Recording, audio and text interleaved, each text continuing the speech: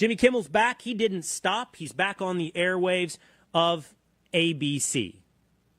And this was his message last night to America. It was never my intention to make light of the murder of a young man. I don't think there's anything funny about it. I posted a message on Instagram on the day he was killed, sending love to his family and asking for compassion, and I meant it, and I still do. Nor was it my intention to blame any specific group for the actions of what it was obviously a deeply disturbed individual. That was really the opposite of the point I was trying to make, but I understand that to some that felt either ill-timed or unclear, or maybe both. And for those who think I did point a finger, I get why you're upset. If the situation was reversed, there's a good chance I'd have felt the same way. Emotion is a funny thing. To hear the emotion in Jimmy Kimmel's voice makes him somewhat sympathetic, because you all of a sudden see his humanity. And I'm going to be honest with you, I actually do believe in the humanity of Jimmy Kimmel. I actually believe that this is a man that feels things, that he mourns truly, or feels some sense of sadness for the loss of Charlie Kirk. But that emotion, no matter how authentic, and it's hard for me because the last thing I want to be on television, it's been a challenge over the last several months, from Kerrville to Utah, to restrain my emotions, I tend to assume are coming from a place of authenticity, not performance. But what do I know? I don't know Jimmy Kimmel, so I'm going to grant him what I would hope others would grant me, that that's coming some place of authenticity. But that emotion does not absolve him of the truth. It does not forgive his lies.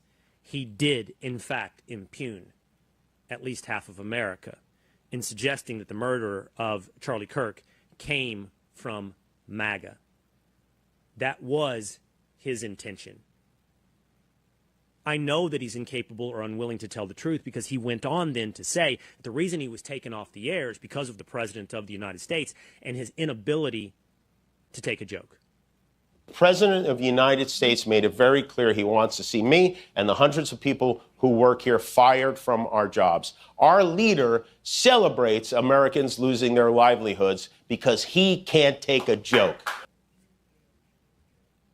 This never was and never has been about a joke.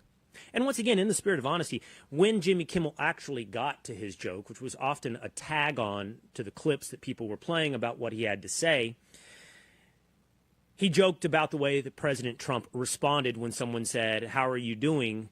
How are you getting along?" after the assassination of Charlie Kirk. And President Trump seemingly in that clip pivoted very quickly to talking about the construction of a ballroom. Kimmel's joke was, yes, the fourth stage of grief, construction. It follows right after destruction. No one cared about that particular joke. What they cared about was his lie, that Tyler Robinson came from MAGA. He knows that, and everyone knows that. This was never about the joke. It was about the lie. A lie said at the time that was an obvious lie. Everyone knew it was a lie. But Jimmy Kimmel has become the one thing that the left was robbed of in the assassination of Charlie Kirk. The highest card in the deck on the left, the ace of spades in any game, is victimhood. It's the highest card in any deck. And that's why you have the Victimhood Olympics. Black, women, trans, who gets at any given time to pull or own in their hand the ace of spades. Obviously, after your political opponent is shot in the neck, no one has much sympathy or can see you as the victim, robbing the left of their favorite card, the ace of spades. But they turned Jimmy Kimmel then into their martyr for free speech. Jake Tapper, for example, said this is the biggest violation of free speech in the history of America. All right, Jimmy Kimmel, he's a friend of both of ours. Yeah. You know him, I know him. We know he's a good person. Obviously, this news is very exciting. But what was your original take on how this all went down starting last week? I mean, I thought it was pretty much the most direct infringement by the government on free speech that I've seen in my lifetime. Yeah. The most direct infringement on free speech in his lifetime, and he's no spring chicken. Interestingly, on that very same day, yesterday, it was revealed that the Biden administration pushed Google to take down pages, YouTube pages, Google pages of anyone who spread information they did not like about COVID that very same day. That story can land a bit with a thud because you, of course, know that to be true already. It feels like a story that we've been telling for years.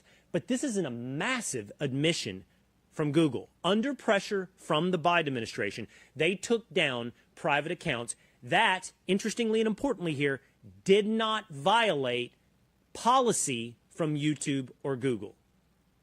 That is a much bigger act of government censorship than anything in and around the story of Jimmy Kimmel. You see, at the very minimum, Jimmy Kimmel is on ABC. ABC is a network owned by Disney.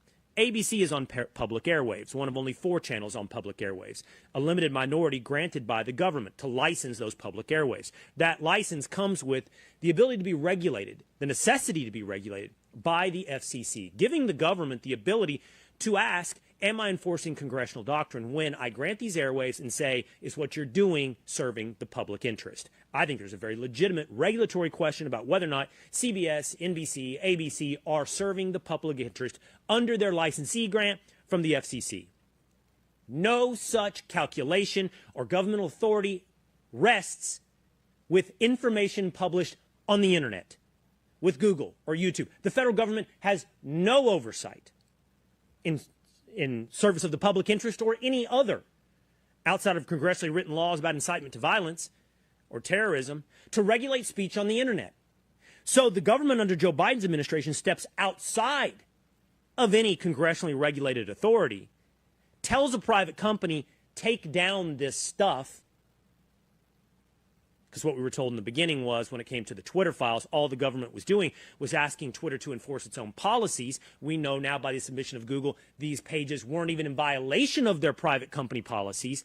And the government said, the Biden administration said, take down this speech. One day, Tapper, forget your 60 years of existence, one day I could give you worse infringement on free speech than what happened in the story of Jimmy Kimmel. But he's back. For now.